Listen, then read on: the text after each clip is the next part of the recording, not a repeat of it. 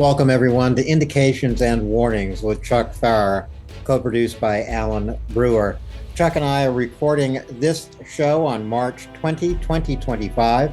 It's day 1121 of Russia's full-scale genocidal invasion of Ukraine. Chuck and I are doing this quick-hitting show to bring you up to date on some important maps from the Zero Line, but also to let you all know at long last, we will have a live stream going on YouTube tomorrow, March 21st, starting at 1700. That's Eastern time in the United States. Add to 1700, subtract from 1700. According to your time zone. But please do join us and bring your questions live to Chuck, maybe to me, on Indications and Warnings tomorrow. Yep, happy to have finally done this. And believe me, this is not because Alan and I are smart. It's because we have a very, very adroit producer, Thomas, and he is going to facilitate that. And this is a great return for Alan and I on our home turf, which is fielding questions from the audience. That's the way we like to do it. And we've got it back together. So thank you, Thomas. And we look forward to hearing from you tomorrow. So please tune in and pass the word. We're back. We'll post about it on Twitter as well. So share it as widely as you can. Mark your calendars and give yourself a reminder. Tomorrow, March 21, that's Friday, at 1700 Eastern time, if you live in the United States.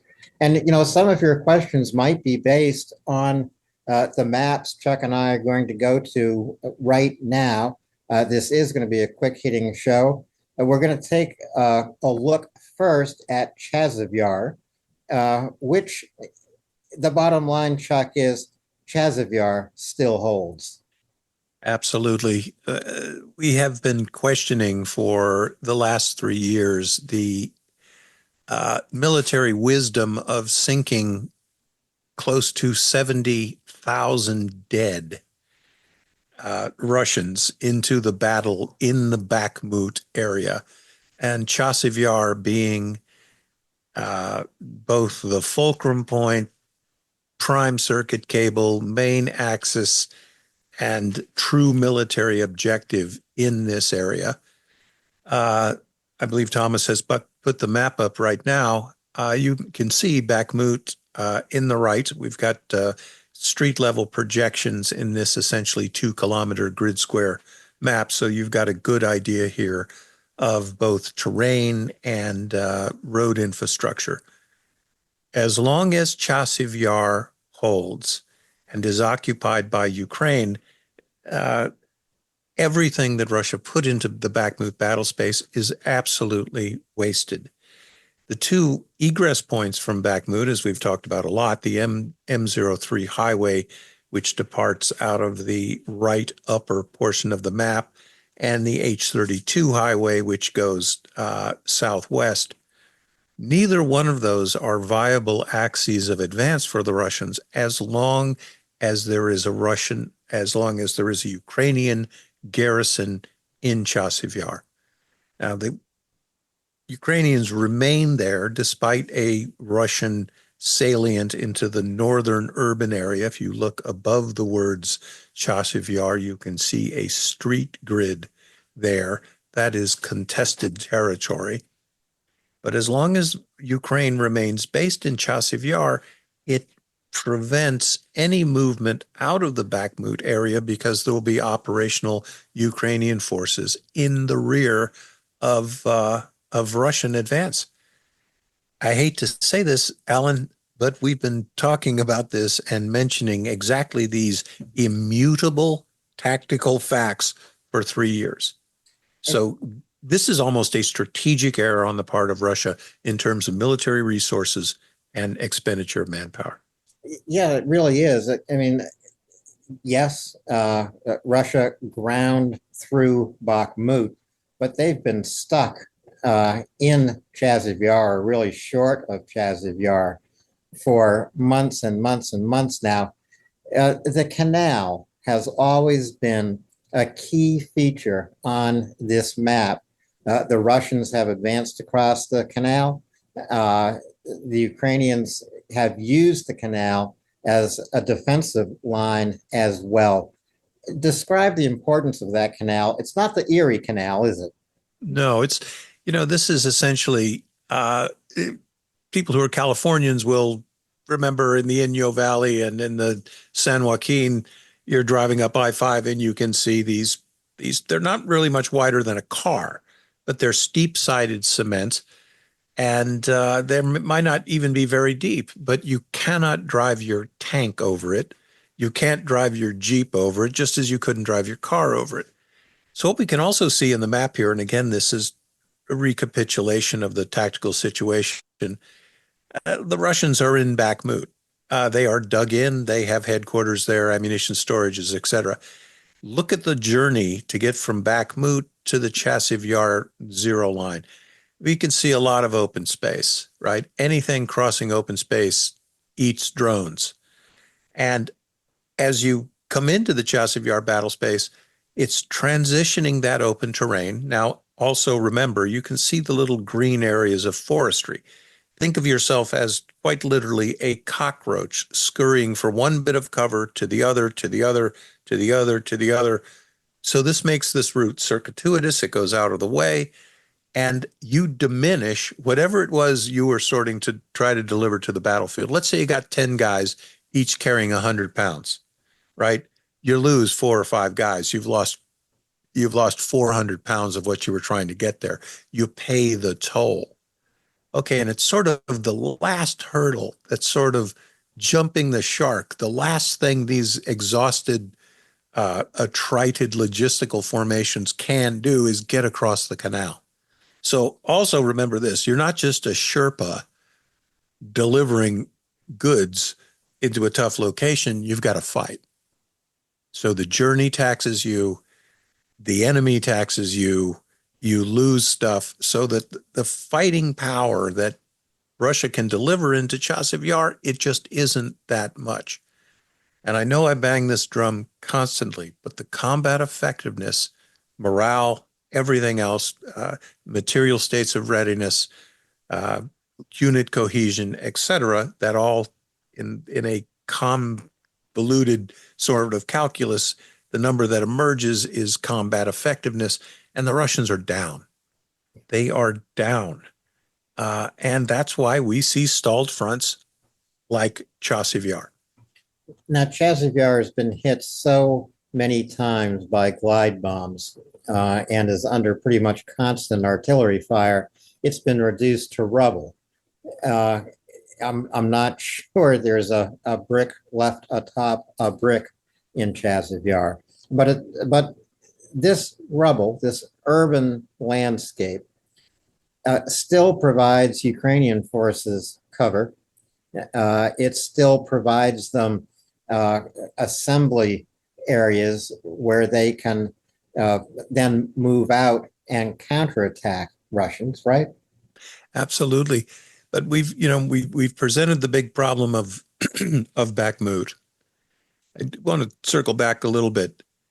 So 3 years ago, planning all of these resources to throw into a place of no tactical or strategic value, throwing it into a place, this tells me that no one at the general staff can read a map, right? They can't read a map.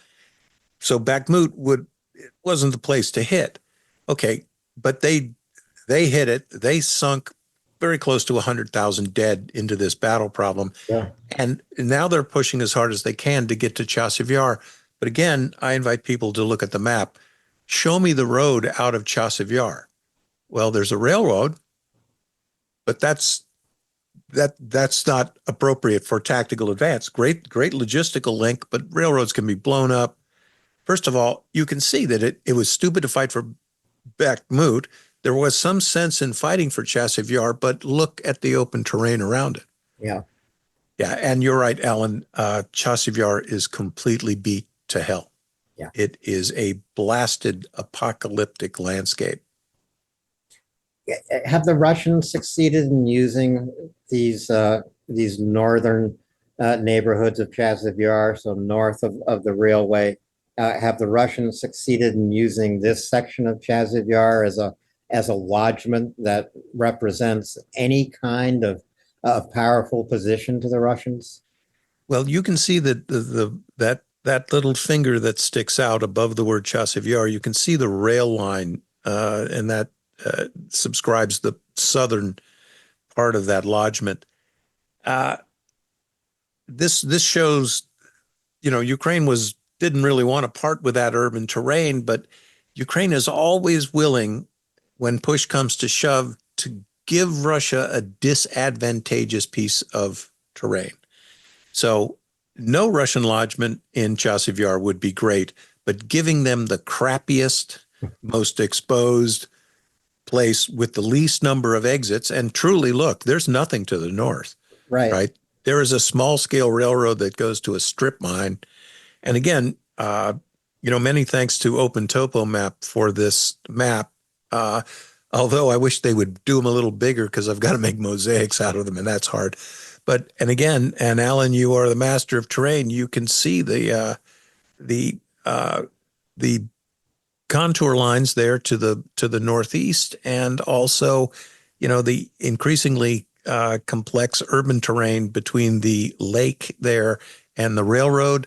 And Ukraine is not going to allow anything to pass that. Yeah. Well, also remember, you have a street fight in an urban area. You don't get to go down the street, right? You generally have to find contiguous buildings. You want to get to the top, and you want to move by blowing your way sideways through the buildings. That's the way it's done. And you are in close quarters battle. I mean, wherever you're listening to this, imagine two gunmen in a gunfight in your living room, because that's truly the battlescape. Yeah. So it's very hard fighting. And honestly, I know the Russians have been in this neighborhood north of Chasiv Yar proper, between Chasiv Yar and the strip mine, for a few weeks, but it doesn't look like a place where you'd really want to be, or where you would really want to stay much longer. I mean, the Ukrainians can fire on you from three sides. Yep. Also, we've got Ukrainian airstrikes, and especially with a French hammer guided bomb, which has been supplied not abundantly, but in noticeable quantities. Of course, the Ukrainians save those for extremely high value targets. But as our Russian listening guests know, you get in someplace and you start using a radio, and you're going to get DF'd, direction found. And if you have a sufficient profile of radio traffic, et cetera, you identify yourself as a headquarters element, and the hammer will basically take down the building. So in a roundabout way, anecdotally, I'm trying to tell you that holding on to that northern strip of Chasiv Yar, it cost a lot to get there, and it costs a lot to stay there. Yeah. 3 weeks ago, people predicted the fall of Chasiv Yar. This is after Russian forces had finally crossed the canal. 8 months ago, after Bakhmut fell, people predicted the fall of Chasiv Yar. But as of today, March 20, Chasiv Yar still holds, and it is one of the spots on the zero line where Ukraine is very slowly pushing Russian forces back. Yeah, I am delighted to remind everybody that you and I have never predicted the fall of Chasiv Yar. We closely followed the battle in Bakhmut at several times in our coverage, literally street by street. Remember Patrice Lumumba Boulevard? Yes. And the battle at the furniture factory. And the entire time pointing out that as long as Chasic Yar remains in Ukrainian hands, and I see that for the foreseeable future, with the notable exception of this circumstance. Should intelligence be switched off again, Russia will have a window of opportunity as they had in Kursk, and that will allow them to move, concentrate, and deploy armor and infantry in sufficient quantities to outmaneuver Chasiv Yar. Now, if that does not eventuate, and please God that it does not, they're going to hold on to Chasiv Yar. And again, that comes down to that calculus of poor Russian combat potential. And let's also got to add this: Ukrainian blood, sweat, and tears. They have a very slight advantage. Well, they have an advantage in urban terrain that they are essentially on the defensive. So they don't have to crawl across the rooftops. They don't have to, they can wait for the enemy. And if you are waiting for the enemy, and especially if you know when he's coming, it's hard to lose a battle like that. Well, we're going to move now to Toretsk, where Ukraine has shifted gears to be on the offensive, to be counterattacking the Russian-held occupied city of Toretsk. And this is also going to become intense urban fighting. But Ukraine is being quite nimble around Toretsk. Yes, advancing into the city proper, but also now on the outskirts of the little town of New York, south of Toretsk, making some really convincing movement against the Russians here. Yeah, there's another thing that going on here that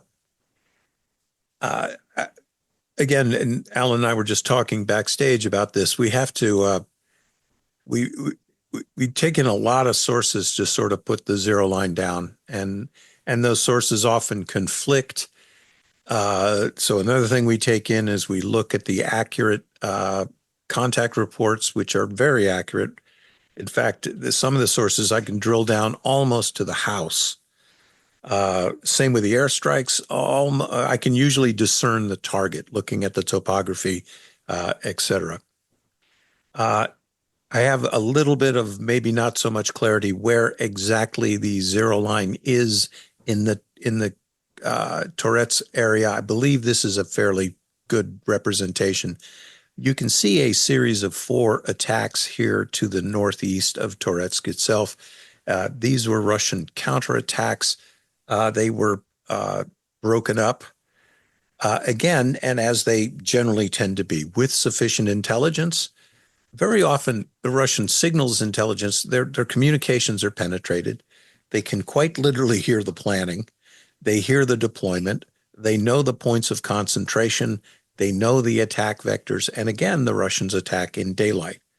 So, I see incompetence at the execution level. The worker bees are not experienced. They don't do their job right. And as far as I can tell, everybody from second lieutenant on up is just mailing this in. Yeah. Right. There's no tactical initiative. There's no, I don't know. There's nothing in these attacks that merit any military recommendation, which is why they are generally repelled. But one thing I would like to comment on in this map of the Donetsk axis north, new projection. So this looks like a new map, it is. You see these chemical warfare, you see the red gas masks.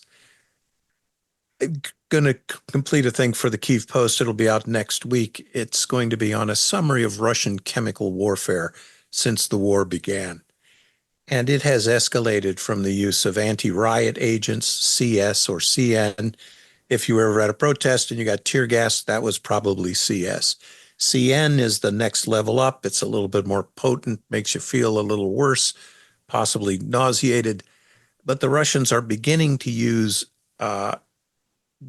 riot agents used by the Soviet Union, which combined a respiratory irritant with a blistering agent, meaning if you get it on your skin, it will blister. And that means the Russians are inching towards the deployment of a very dreaded war gas called mustard gas. It is a blistering agent.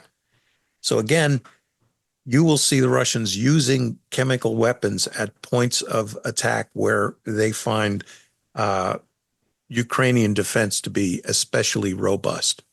But again, none of this is okay. It's explicitly a violation of the Chemical Warfare Conventions. I know that anti-riot agents are the entry-level chemical weapon, but they are expressly prohibited. Mustard gas introduced in World War I, and again, backstage before the show, I was mentioning that my great uncle who fought in World War I was a victim of mustard gas. Fortunately for him, it didn't shorten his life. It didn't stop him from smoking a pipe right to his dying day. The other interesting thing that catches my attention about Toretsk, Chuck, Ukraine has very solid and protected logistical lines of supply here. And here is an area on the zero line where they can move forward as much as they need to. At least that's how it appears to me. Yeah, and in this war, logistics are a problem for both forces. I mean, the drone density in the air is amazing. I know we keep reminding people of this. It's more amazing to old dinosaurs like me than rather civilian listeners here. It used to be an infantryman's primary weapon was his battle rifle. And then the guys, whoever had the better battle rifle would generally win the contest. So there was is it the AK-47 or is it the M4 pattern rifle, back and forth. Now, and then the most firepower that an infantry squad would have might be the grenadier, but probably the automatic weapons guy, the guy with the M234 or the M60. Now it's the drone guy. That's where your primary striking power is, both in range, of course, in accuracy. So in both cases, logistics fall prone to drones. And I think, Alan, you shared a statistics backstage. It was, again, I'm a dinosaur. My wars were old. I wonder if you'd share that statistic because it's pretty sobering. Yeah, the latest statistic I've heard is that drones now inflict 70 to 80% of the casualties on the battlefield. But obviously, it's the drones that are also destroying not only tanks and infantry fighting vehicles, but supply vehicles, trucks and fuel trucks, what have you. This is a dramatic increase in the lethality of drone warfare. Yeah, and so what a direct fallout of that will mean that neither side should the Russians violate this, but you don't get to have a big fuel or ammunition dump contiguous to the zero line, especially if it is in any way conspicuous or even a place where a guy with a good eye for a topo map might want to start looking. We've seen this again and again and again, although the Russians seem to have gotten better at it. If you're standing at a crossroad as an infantryman, you just don't want to be there, right? Because especially if it looks like an L or it's three lines going in together, that's something I can say on the radio, and in 2 seconds, Alan could find that. I can say, road coming in from the northwest, one from the southeast. It's about 400 clicks west of that river. I got it, right? So you want to find the most nondescript place you possibly can. You also want to spread out, right? And we've commented before on individual footage saying, here's 5 heat blobs coming up through the night. These are obviously untrained Russian soldiers. They have the human need to be together in the darkness, and all they've done is made themselves a bigger target. Yeah. So getting back to logistics, you got to spread it out, and then that requires logisticians, people who have a military occupational specialty, to both converge your men, your ammunition, your beans, your Band-Aids at the point of attack, break up the attack, and then spread out again.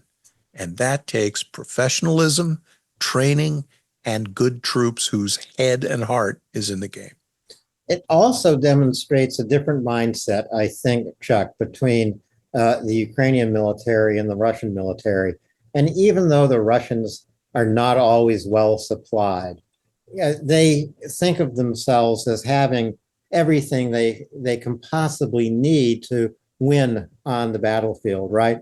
Whereas Ukraine, faced with shell starvation, with supply starvation, ammo starvation, artillery starvation, they are the ones who understand every single day, I need to preserve and conserve all of my military supplies. And that's why this idea of dispersal and of moving without being detected through time and space on the battlefield with your supplies is foremost in their minds, and they are really, really good at it. Yeah, and the war has gone up and down, and we've had some very unexpected developments that led to, for example, the collapse of the Kursk salient. I still say this is still my assessment. Russia can't win this war. They can't. The West is making it so that neither can Ukraine. Yeah. Because Ukraine is not adequately supplied, cannot depend on its allies, that if and when that glorious day comes, and it will come, that Ukraine can be equipped and count on the logistical support for some large-scale offensive action. Look, they will take back their country. If we open the tap and keep it open, Ukraine will be able to take back vast swaths of territory. There is still something good going on right now, and that is the daily degradation of Russian combat efficiency, right? I got donkeys and logistic teams. I got golf carts. I got motorcycles used in the attack and resupply. I've got Russian commanders who are commanding the kind of troops that cannot conduct any evolutions at night, right? None of this bodes well for Russia trying to blunt a large-scale Ukrainian offensive. So, look, numbers go up, numbers go down. We're still looking at 1,500 Russian dead per day, about 400,000 casualties a year, except this year they're almost up to 200,000, and it's only March. Yeah. Well, by the time May 9th rolls around, that's Victory Day that they celebrate on Red Square in Moscow. We'll be very close to 1 million, even though I know there is a current estimate that Russian and North Korean casualties have already exceeded 1 million. And I'm ready to accept that number. But surely by the time we get to May 9, it will really officially be close to 1 million casualties, which is staggering to think. It is. And, that was President Zelensky that brought forward that 750,000 dead Russians and 350,000 wounded. So I'm going to take him at his word. That exceeded my own casualty, ballpark. It's a staggering amount of men. Yeah. Right? Twice what the U.S. lost in World War II. Yeah. Crazy. But again, this is part of the Russian military. This is they burn manpower like we burn bullets, Right.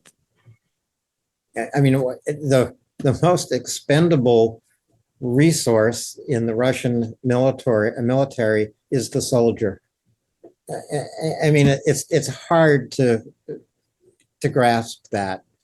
It really is. I mean, it simply shows you that Russian commanders, the Russian military, even by Russian doctrine, they do not value human life. No, certainly not the life of contiguous civilians, continuous to the battle zone. Zero Fs are given about them. And I would just say, in a Western army, eh, you don't even become operational. Even for an enlisted man, you're looking at least a year and a half of training before you're delivered to an operational command.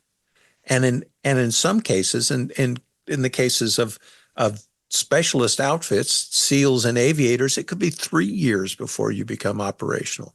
Easily 3 years of solid training, you know. And as this goes on the battlefield, there are no more simple grunts anymore, right? There's so many technological components to 21st century warfare, and it's never going backwards, No. right?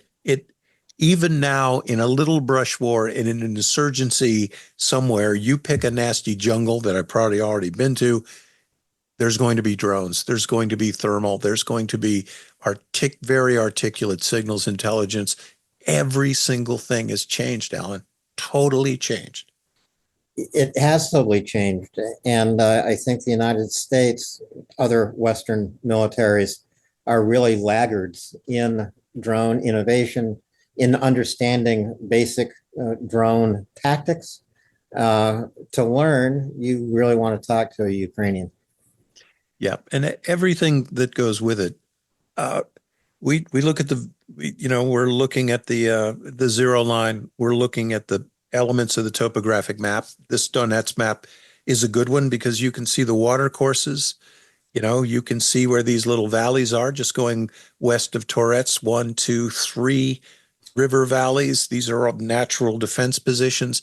But as you look at that, I want you to try to imagine another kind of map superimposed on this that will show you quite literally where every radio that transmitted is, where they're moving.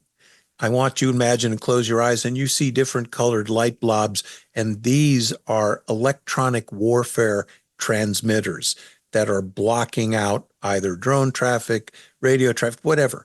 But there are very articulate maps of what I used to call the invisible face of the battle. And those are so important. It used to be that electronic warfare was so far over your head as an operator, you let the eggheads at Caltech take care of it. But now it's right down to the individual fire team in the rifle squad. Absolutely. I mean, every tank carries its own electronic jamming unit. I mean, this is the flip side of the coin. You cannot talk about drone warfare without talking about electronic warfare. And if you were to take a drone's eye view of the battlefield, you would be looking down through layers of drones, each with a different mission. Reconnaissance drones, control drones, longer range attack drones, shorter range attack drones. Some of these drones operating with AI practically on their own. Other drones in a swarm operated by a single operator, hopefully well hidden somewhere behind the line. Absolutely. And this went from first person drones being controlled by an operator who had line of sight, eyes on the target. Now the drone operator could be hundreds of miles away from the target. In the case of some American drones, they are thousands and even 10,000 miles away from the battle space. all of that technology trickles down. So again, this is an epoch-changing conflict. And I know we bang off a lot about it, but I just say this in my own lifetime. In the last 4 years, there has been more military technological advance than in the entire portion of my career. Wow. I saw early versions of all of this stuff, but I was working at a tier 1 unit, right? And we got it, but nobody else did. Now, everybody has to have it or you don't have a chance. And we're not going to stop in Pokrovsk, except to mention two things. One related to Russian use of gas, as widespread as that use has been reported in Toretsk. It's equally widespread in Pokrovsk. The reason why is because the Ukrainians are making their most concerted advances in Toretsk and Pokrovsk. Gas is apparently the only defensive tactic that the Russians have in these two areas of the zero line. Yes, it is a war crime to turn to gas warfare. Ukraine has a shortage of gas masks and respirators, by the way. But that's what Russia is doing in Toretsk and Pokrovsk in particular. Right. And this isn't just, it started as one Russian soldier throwing a tear gas grenade, right? And you can say, hey, he just picked up the wrong color grenade. Look, he got mad, whatever. But we have escalated, and Alan and I have covered this for at least the last 24 months. It is just gas grenades anymore. It is high capacity. I don't want to even call them generators. They're like smoke pots that generate the war gas dropped from drones. Then for me, we cross this magic line. It isn't just grenades dropped from drones or thrown grenades. It's artillery shells that deliver the gas to the target, and it is mortar rounds. So they've jumped the shark. Also, we've seen a progression from anti-riot agents to some Soviet-era riot agents that were also blistering agents. Across the Rubicon there, right? These blistering agents, it's a weird thing about mustard gas. You smell it in the air, but it doesn't hurt you. You don't feel bad right away. In about 24 hours, you'll start to blister on every part of your body, especially your mucous membranes where you've inhaled the gas. So you will suffocate. Your lungs will fill up with fluid. There are traces of that sort of blistering agent in the Russian riot agents, which you might expect from the Soviet Union. If there's a riot, they're going to put it down by fair means or foul. Yeah. But this is something we're going to keep an eye on. And like I said, I'm working on a special report right now for the Kyiv Post. We'll talk about that next week. I'm looking forward to seeing that, Chuck. The second note from Pokrovsk, this has become the most concentrated use by Ukraine of drones. They have drone superiority in such a way in Pokrovsk that it borders on having a kind of air superiority over the zero line, which is not to say that is the kind of air superiority that stops Russian fighter jets from attacking the city of Pokrovsk. No, that's not the kind of air superiority that a drone gives you, but it gives you the ability to keep your opponent's head down and to stop the movement of practically all logistics on the Russian side in Pokrovsk. Yeah, absolutely. And you can look at it this way. In World War II, you'd have a commander like Patton, and he could say, look, I want an armored brigade. I want them to smash up this road, and another one's going to come over here. So right now, putting that many vehicles and men together, concentrating them, deploying them appropriately for movement, you have made an incredible target out of these guys. And Alan is right. So that would have been, during Desert Storm, that would be a target for an alpha strike from an aircraft carrier, right? They'd come in and FA-18 Hornets would chew it up. Now, you don't have the big birds, you've got the mosquitoes, and they're everywhere. And about this much C4, folks, I had a little can here before, a little juice can. That's enough to squirt molten metal through a tank, as we have all seen. That is the fundamental change. So because we have dispersion, it's going to require better training, more initiative for your own operators, and knowledge is power. As long as your communication net holds up, you know where your people are and you can manipulate them. And especially for Ukraine, converge at the point of attack, blunt the attack, and then fade away. That sounds easy, but that's really the hardest thing to do. Yeah.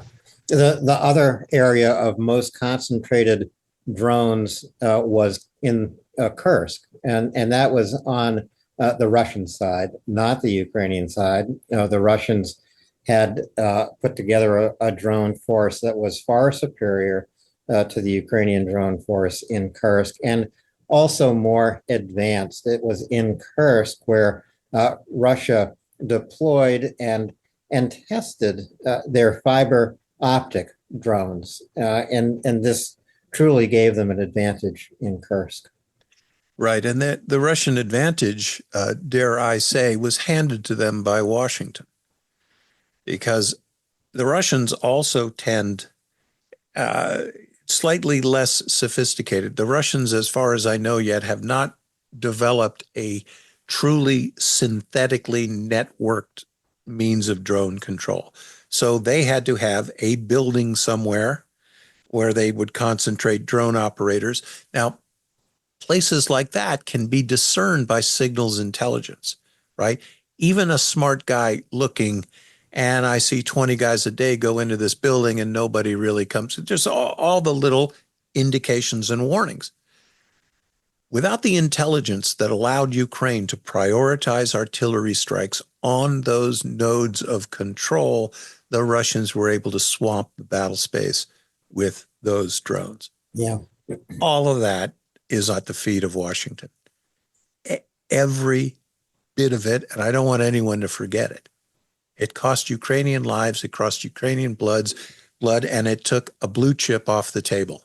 Yeah. Right now, Kursk is back in the hands of the evil minions that rule it. So, our bust completely. You just have to hope that Washington doesn't pull the plug again at an even more tragic moment. For example, pull the plug when Ukraine has achieved a breakthrough of some kind.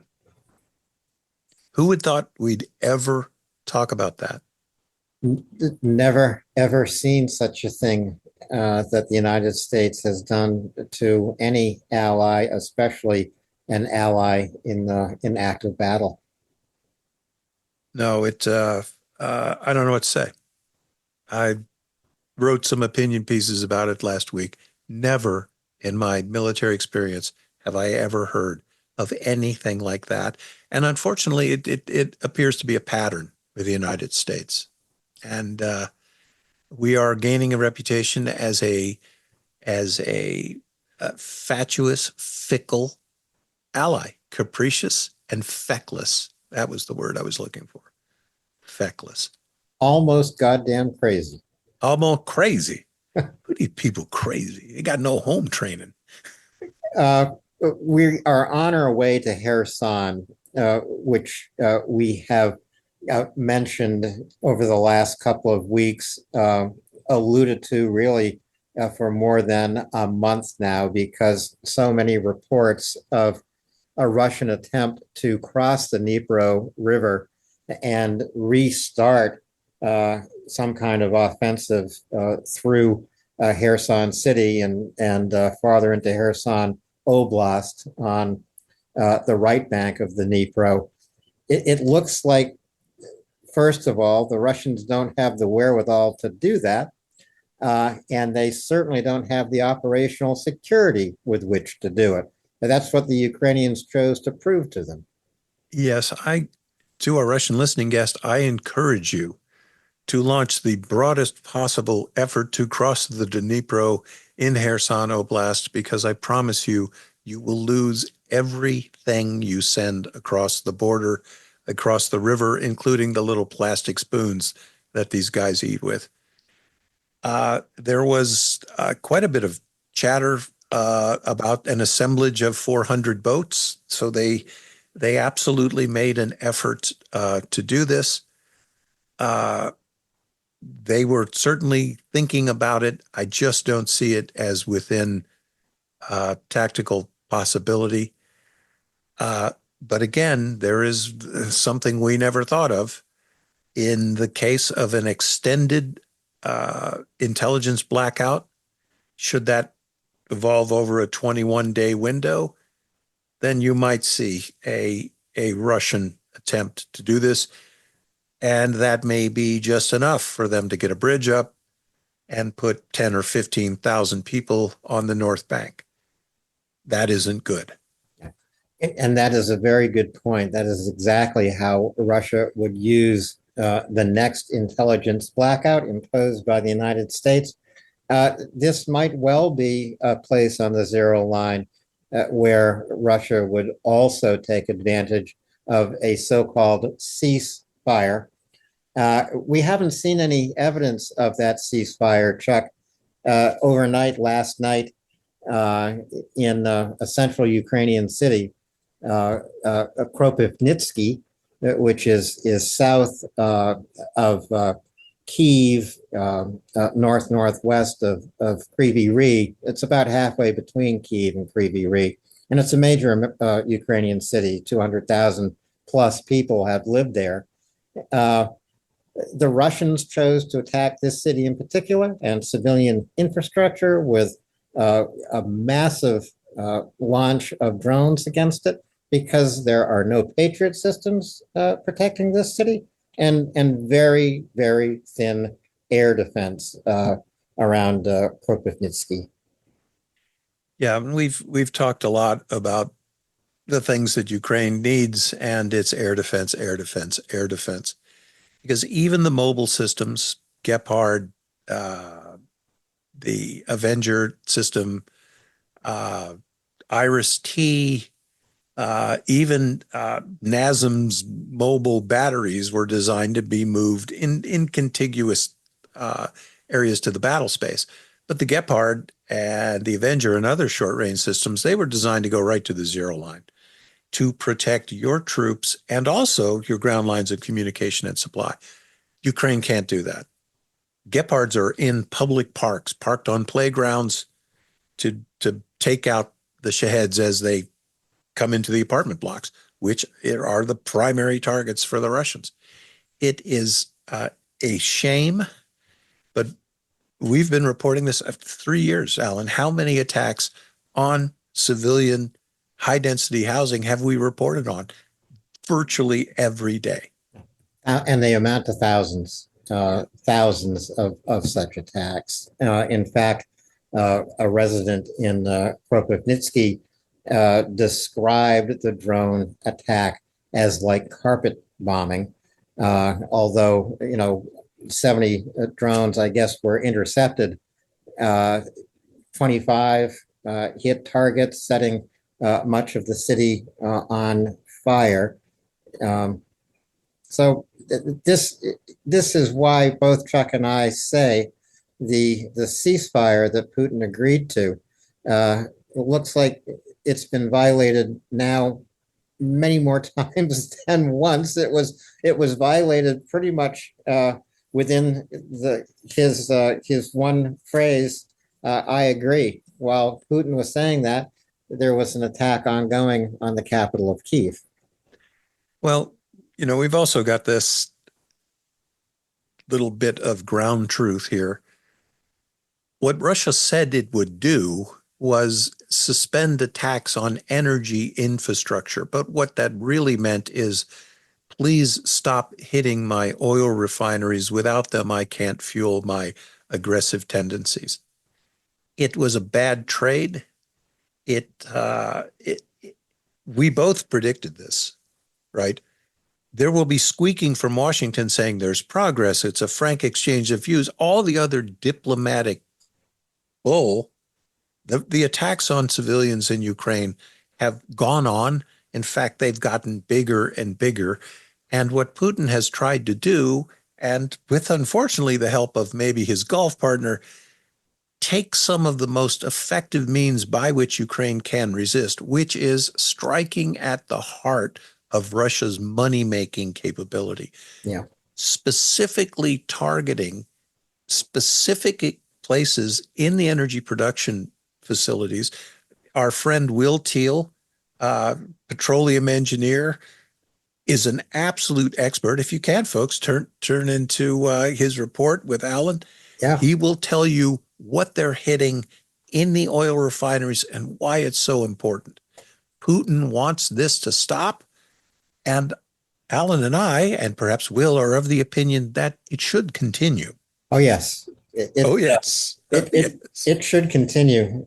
I'm not sure if the most dangerous drones are attacking the Russian oil refineries or to be found on the battlefield over the zero line in Ukraine, or if the most dangerous drones are working now in the National Security Council of the White House. I'm really not certain about that, Chuck. But, I'm sure that tomorrow, and this is the primary reason Chuck and I are here, not only to update a few maps for you, but to let you all know that tomorrow, Chuck and I will have a live stream on this YouTube channel. So that is Friday, March 21 at 1700 hours U.S. Eastern Time.